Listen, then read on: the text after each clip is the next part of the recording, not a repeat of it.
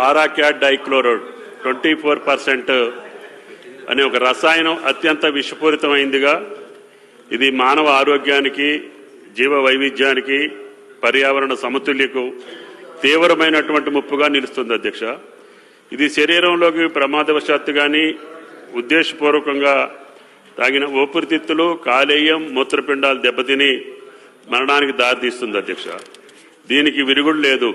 అనేక దేశాల్లో దీనిపై ఇప్పటికే నిషేధం లేదా కఠిన నియంత్రణలు అమల్లో ఉన్నాయి అధ్యక్ష.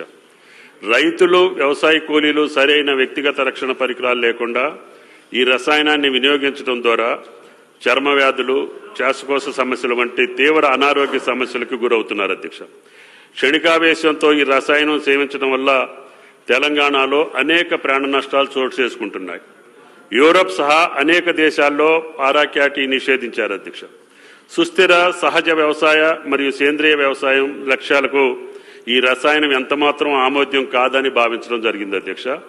దీనికోసం శాసనసభ ద్వారా మీ అనుమతితోటి తీర్మానాన్ని ప్రవేశపెట్టదలుచుకున్నాం. ప్రజల ఆరోగ్య రక్షణ, రైతుల సంక్షేమం, పర్యావరణ పరిరక్షణ మరియు సురక్షిత వ్యవసాయ విధాన అమలు కోసం పారాక్యాట్ డైక్లోరైడ్ 25% SL యొక్క తయారీ, దిగుమతి, నిల్వ, రవాణా, విక్రయం మరియు